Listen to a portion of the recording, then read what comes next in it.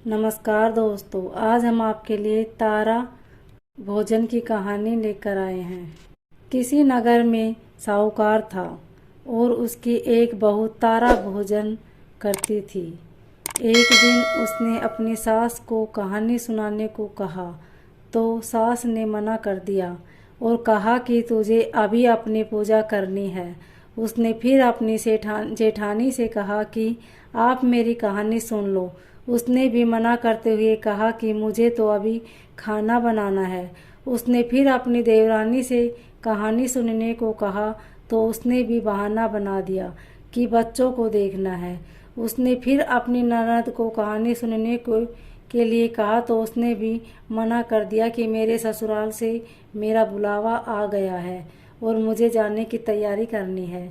वह राजा के पास भी गई कि मेरी कहानी आप ही सुन लो, तो राजा ने कहा कि मुझे तो व्यापार देखना है, कहानी का समय नहीं है। उसकी यह मनोदशा देखकर भगवान उसके लिए स्वर्ग से विमान भेजते हैं।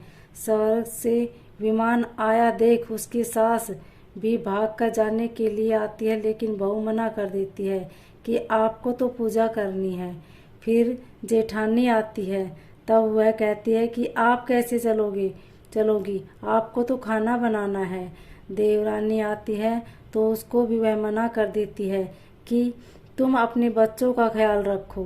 ननद आती है तो वह कहती है कि तुम्हें तो ससुराल जाने की तैयारी करनी है, सो तुम वह करो। राजा जी आते हैं कि मैं चलता हूँ तुम्हारे साथ, लेकिन बहू कहती है कि तुम्हें तो कारोबार संभालना है, तो उसे संभालो। आखिर में पड़ोसन आती है और कहती है कि बहन मैं तुम्हारे साथ चलूं। तब बहू कहती है हाँ तुम मेरे साथ चलो, क्योंकि एक तुम ही तो हो जिसने कार्तिक के पूरे माह मेरी कहानी सुनी है। दोनों विमान में बैठकर स्वर्ग जाने लगते हैं।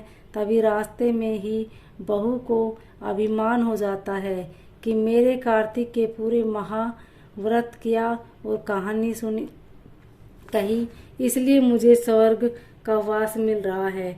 लेकिन मेरी पड़ोसन ने तो कहानी केवल सुनी है, व्रत नहीं किया, फिर भी मेरे वजह से इसे भी स्वर्ग का वास मिल रहा है। बहू यह विचार मन में सोचती जा रही थी कि अचानक भगवान ने वहीं से उसे विमान से नीचे फेंक दिया। उसने पूछा कि भगवान मेरा अपराध तो बता दीजिए कि आपने ऐसा क्यों किया।